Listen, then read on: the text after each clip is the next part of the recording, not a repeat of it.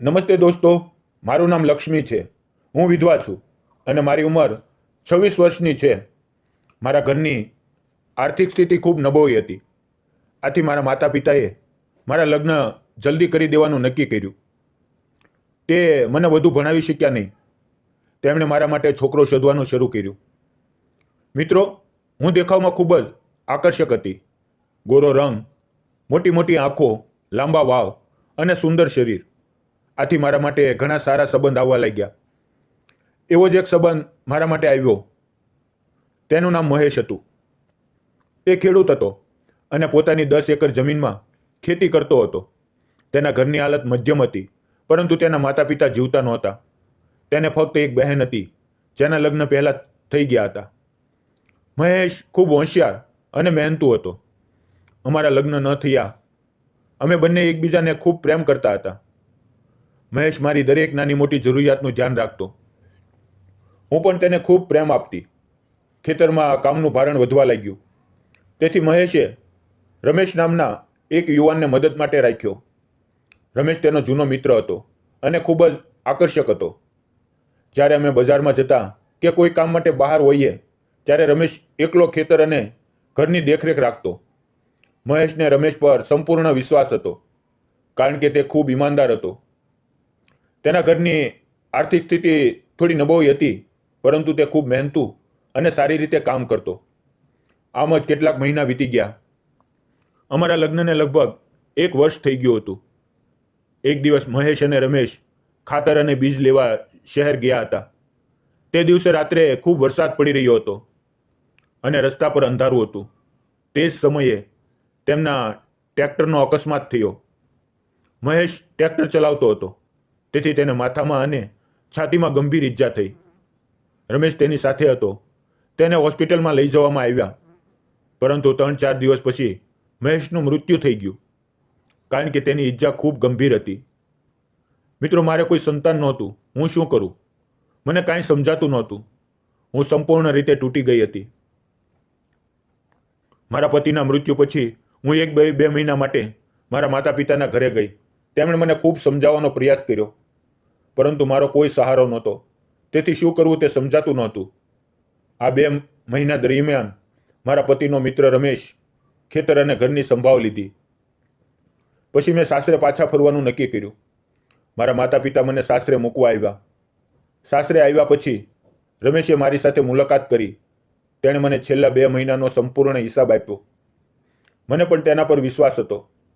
તેણે મળેલા બધા પૈસા મને આપી દીધા. મેં તેનો ખૂબ આભાર માન્યો. મિત્રો, મારું ભણતર વધુ નહોતું, તેથી મને ખેતીનો વ્યવહાર સમજાતો નહોતો. મેં રમેશને કહ્યું કે હવેથી તારે આખું ખેતર સંભાળવું પડશે. હું તારો પગાર પણ વધારી દઈશ. ખેતરની અંદર જ મારું ઘર હતું. હું ઘરમાં એકલી રહેતી હતી. ક્યારેક ખાતી, ક્યારેક નહીં. એકલી રહેવાને કારણે મને પતિ સાથે વિતાવેલી દરેક પળ અને તેનો પ્રેમ મને યાદ આવતો. રાતે મને ઊંઘ નહોતી આવતી. હું હંમેશા તેના વિશે જ વિચારતી રહેતી.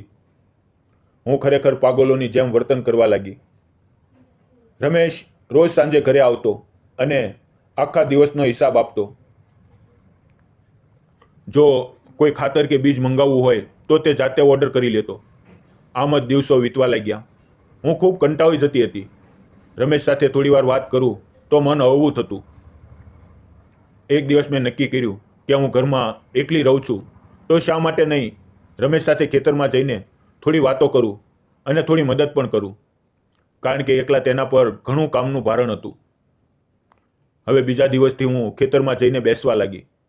રમેશ મને કોઈ કામ કરવા દેતો નહોતો. તે કહેતો, તમે માલકીન છો, બસ બેસો, ચિંતા ન કરો, હું બધું સંભાળી લઈશ. હું તેની સાથે વાતો કરતી. ધીરે ધીરે અમારી વાતો વધવા લાગી. અમારી નજરો મળવા લાગી. રમેશ પણ મારી સાથે પ્રેમથી વાતો કરતો. તે મારું ખૂબ સન્માન કરતો. એક દિવસ વાતોમાં જ હું તેને તેના પરિવાર વિશે પૂછવા લાગી. મેં પૂછ્યું, રમેશ, તારા ઘરમાં કોણ કોણ રહે છે? તારા લગ્ન થઈ ગયા છે? રમેશે કહ્યું, મારા ઘરમાં હું, મારી મા અને પિતા, અમે 3 જણા રહીએ છીએ. અમારા ઘરની હાલત ખૂબ ગરીબ છે. મારી પાસે જમીન નથી, તેથી કોઈ છોકરી મને આપવા તૈયાર નથી. મારી ઉંમર 29 વર્ષની થઈ ગઈ છે. મેં કહ્યું, તારો સ્વભાવ આટલો સારો છે, તને હજુ સુધી છોકરી મળી જવી જોઈએ. પરંતુ રમેશે કહ્યું, આજકાલ સારો સ્વભાવ લોકોને પસંદ નથી. લોકોને જમીન, પૈસા કે સ્થિર કમાણી જોઈએ. આમ અમારી વાતો ધીરે ધીરે વધતી ગઈ. રમેશ દેખાવમાં ખૂબ સારો હતો. તેની સાથે વાતો કરીને હું મારા પતિના દુઃખમાંથી બહાર નીકળવા લાગી. હવે હું થોડી થોડી પહેલાં જેવી થવા લાગી હતી. પતિના મૃત્યુનું દુઃખ હું ભૂલવા લાગી અને રમેશ તરફ આકર્ષાઈ રહી હતી, કારણ કે તેનો સ્વભાવ ખૂબ સારો હતો. પણ એકવાર હું અચાનક બીમાર પડી. મેં ઘરમાં પડેલી દવાઓ લીધી, પરંતુ કોઈ ફરક ન પડ્યો.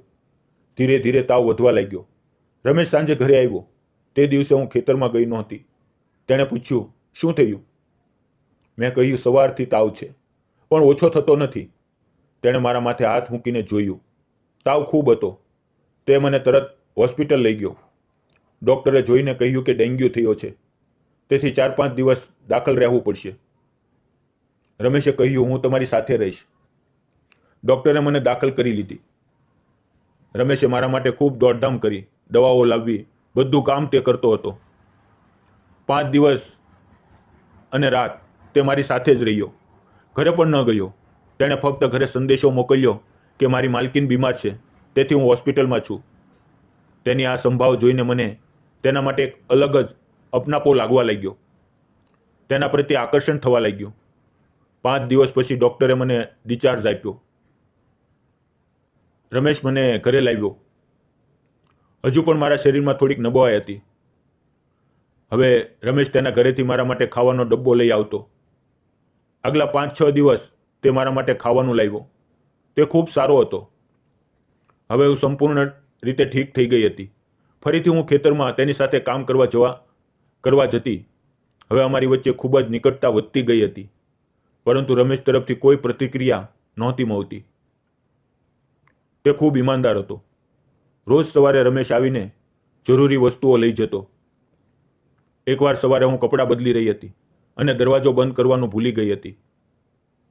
રમેશ આવ્યો અને મને અચાનક જોઈ ગયો. અમે બંને શરમાઈ ગયા. તેણે તરત નજર ફેરવી લીધી. હિસાબના ચોપડા લઈને તે ચાલ્યો ગયો અને કંઈ બોલ્યો નહીં. મને રમેશ પહેલેથી જ પસંદ હતો, પરંતુ હવે તેની સામે જવામાં શરમ આવવા લાગી. આને લીધે તે દિવસે હું ખેતરમાં ગઈ નહીં. તે એકલો જ કામ કરતો રહ્યો. બપોરે મેં તેને ફોન કર્યો અને કહ્યું, ખાવા માટે આવી જા. આજે આપણે અહીંયા ઘરે સાથે ખાઈશું, ખેતરમાં નહીં. થોડી વાર પછી તે ડબ્બો લઈને આવ્યો અને મેં ઘરનું ખાવાનું તૈયાર કર્યું. અમે બંને સાથે બેસીને ખાવા લાગ્યા. અમે ચોરી ચૂપે એકબીજાને જોતા હતા, પરંતુ કોઈ બોલતું નહોતું. ધીરે ધીરે ખાવાનું પૂરું થયું. ખાવાનું ખાઈને રમેશે કહ્યું, મને માફ કરજો. મેં જાણી જોઈને તમને એ રીતે નહોતા જોયા. હું તો ફક્ત હિસાબના ચોપડા લેવા આવ્યો હતો. મેં કહ્યું, સોરી ન બોલો. ખરેખર તો દરવાજો બંધ કરવાનું મને જ ભૂલાઈ ગયું.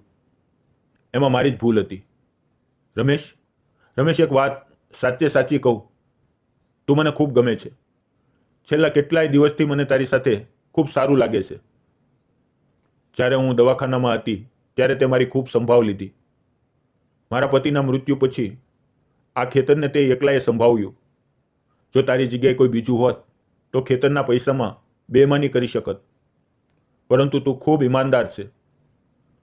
મારા પતિ નથી એ જાણીને કોઈ બીજું હોત તો મારી સાથે ખોટું વર્તન કરી શકત, પરંતુ તે એવું ન કર્યું. મારે તને એક વાત કહેવી છે. તું મને ખૂબ ગમે છે. હું તારી સાથે જીવન વિતાવવા માંગુ છું. પરંતુ રમેશ કંઈ બોલ્યો નહીં અને મને કોઈ પ્રતિક્રિયા ન આપી. તે ચાલ્યો ગયો. મને સમજાતું નહોતું કે શું કરું. સાંજે 6 વાગ્યે ખેતરનું કામ પૂરું કરીને રમેશ ચોપડા આપવા આવ્યો, પરંતુ દરવાજો થોડો ખુલ્લો હતો. તેને હું દેખાય નહીં તો તે મને શોધતો મારા રૂમ પાસે આવી ગયો. તેણે મને અવાજ આપ્યો. મેં તેની તરફ જોયું અને કહ્યું, રમેશ, હું જે વર્તન કરું એ ખોટું હતું, પરંતુ શું કરું, મને તારી સાથે ખૂબ સારું લાગે છે. રમેશે મારો હાથ પોતાના હાથમાં લીધો અને કહ્યું, તમારા પતિ એટલે કે મહેશ મારા ખૂબ સારા મિત્ર હતા. મારું આવું વર્તન કરવું ખોટું છે. તમે મને પસંદ કરો છો એ સાચું છે, અને મને પણ તમે ખૂબ ગમો છો. પરંતુ મને યોગ્ય નથી લાગતું. મેં કહ્યું, મારા પતિ પછી જો કોઈએ ખરેખર મારી ચિંતા કરી હોય તો તે ફક્ત તે જ કરી છે. જો તારી જગ્યાએ કોઈ બીજું હોત અને મારી સાથે ખોટું કરત તો તને કેવું લાગત? હવે અમે બંને એકબીજાને સમય આપવા લાગ્યા. અમે એકબીજાને વધુ સારી રીતે જાણવા લાગ્યા. ત્યારે મેં નક્કી કર્યું કે જો હું રમેશ સાથે લગ્ન કરી લઉં તો રમેશને કોઈ છોકરી નથી મળતી અને હું વિધવા છું, તો અમે લગ્ન કરીએ તો તેનો પણ પ્રશ્ન હલ થઈ જાય. એક દિવસ જ્યારે રમેશ બપોરે ખાવા આવ્યો, અમે બંનેએ નક્કી કર્યું કે અમે લગ્ન કરીશું. થોડા દિવસોમાં અમે લગ્ન કરી લીધા. હવે હું, રમેશ અને તેના માતા પિતા અમે બધા સાથે રહીએ છીએ. અમે એકબીજાને ખૂબ પ્રેમ કરીએ છીએ. મને એક પતિનો સહારો મળ્યો અને રમેશને એક સમજદાર પત્ની મળી. અમે બંને અમારા જીવનમાં ખૂબ ખુશ છીએ.